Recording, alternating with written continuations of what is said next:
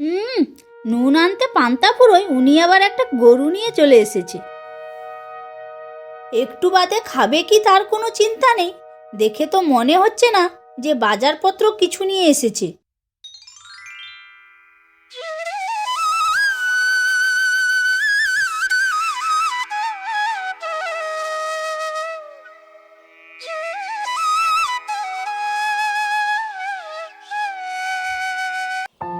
এক সময় এক গরিব কৃষক ছিল।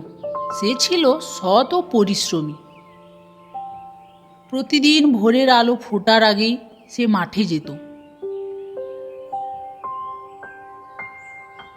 রোদে পুড়ে বৃষ্টিতে ভিজে চাষবাস করত। কিন্তু ভাগ্য তার সহায় ছিল না। সংসারে অভাব লেগেই থাকত, তবু সে ধৈর্য ধরে জীবন কাটাচ্ছিল। একদিন সারাদিন কাজ করে বাড়ি ফিরে এসে সে শুনল তার স্ত্রীর কথা। বলি, ঘরে আর কিছু নেই, কাল বাজারে না গেলে আর চলবে না। কৃষকের বুকটা ভারী হয়ে গেল।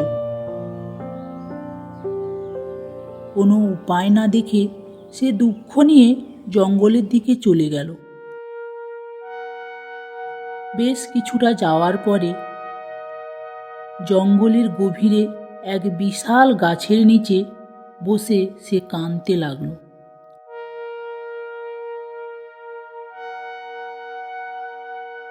আর কাঁদতে কাঁদতে তার চোখের জল গাছের গোড়ায় পড়তেই হঠাৎ আলো ঝলমল করে গাছটা অদৃশ্য হয়ে গেল।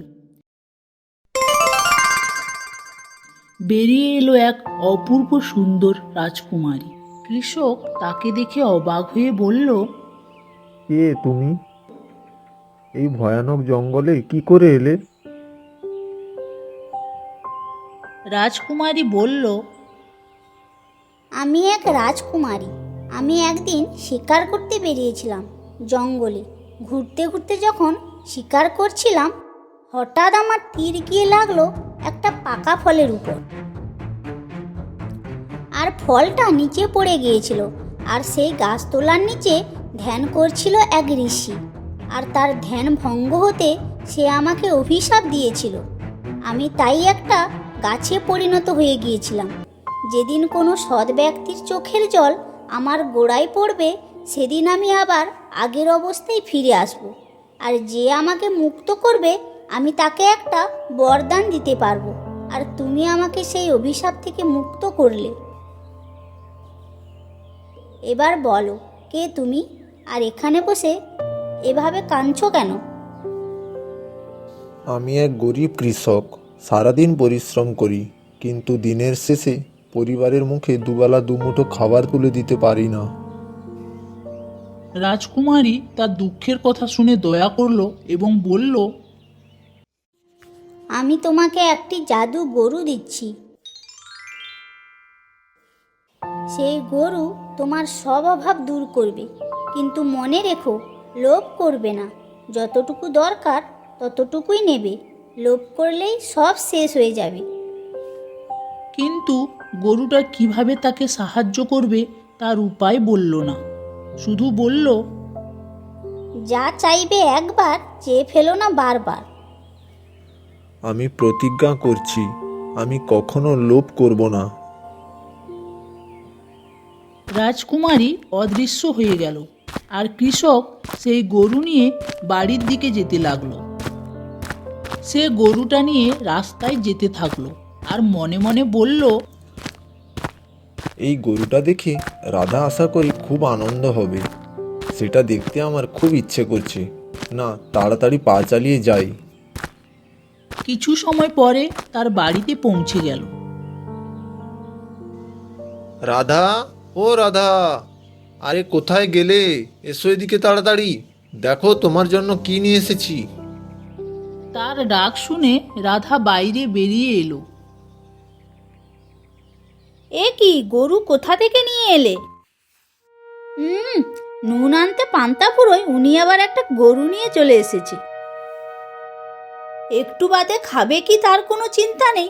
দেখে তো মনে হচ্ছে না যে বাজারপত্র কিছু নিয়ে এসেছে। নাও, কি আর করবে, গরু দেখে দেখে পেট ভরিয়ে নাও। এই বলে রাধা ঘরের ভিতরে চলে গেল, আর সে মনের দুঃখে বসে পড়ল আর বলল, হাতে তো কানাকড়িও নেই, কি করে ঘরের রেশন নিয়ে আসবো আমি? এইটা বলতেই হঠাৎ গরুটি মাথা নাড়ল, আর তার গলার ঘণ্টা বেজে উঠতেই সামনে অনেক চাল ডাল বাজার চলে এলো। আর সেইটা দেখে শ্যাম চমকে গেল, আর সে বলল, ও, বুঝতে পেরেছি, এসব ওই রাজকুমারীর দেওয়া গরুর কারণেই হচ্ছে। রাধা, ও রাধা, আরে তাড়াতাড়ি এসো। কি হয়েছে, কি চিৎকার করে বাড়ি মাথায় করছো কেন? আরে এসে দেখে তো যাও। কি ব্যাপার, এত চাল ডাল রেশন কোথা থেকে এলো? তখন শ্যাম রাধাকে সব কথা খুলে বলল।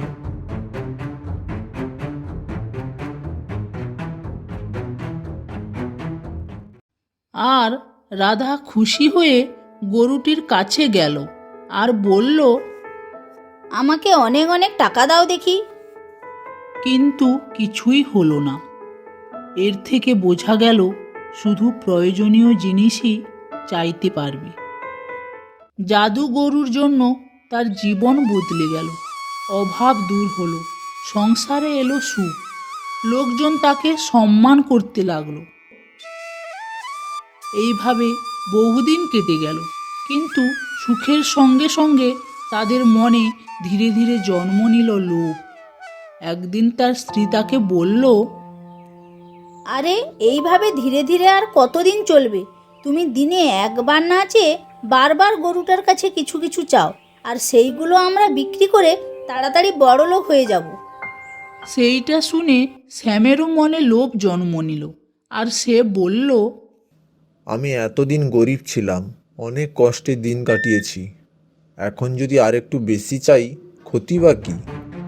একদিন সে গরুটিকে জোর করে আরও বেশি দুধ দোয়াতে লাগলো।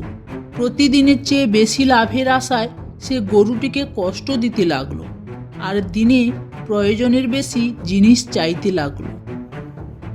তখন আকাশ হঠাৎ অন্ধকার হয়ে গেল, বাতাস ভারী হয়ে উঠল।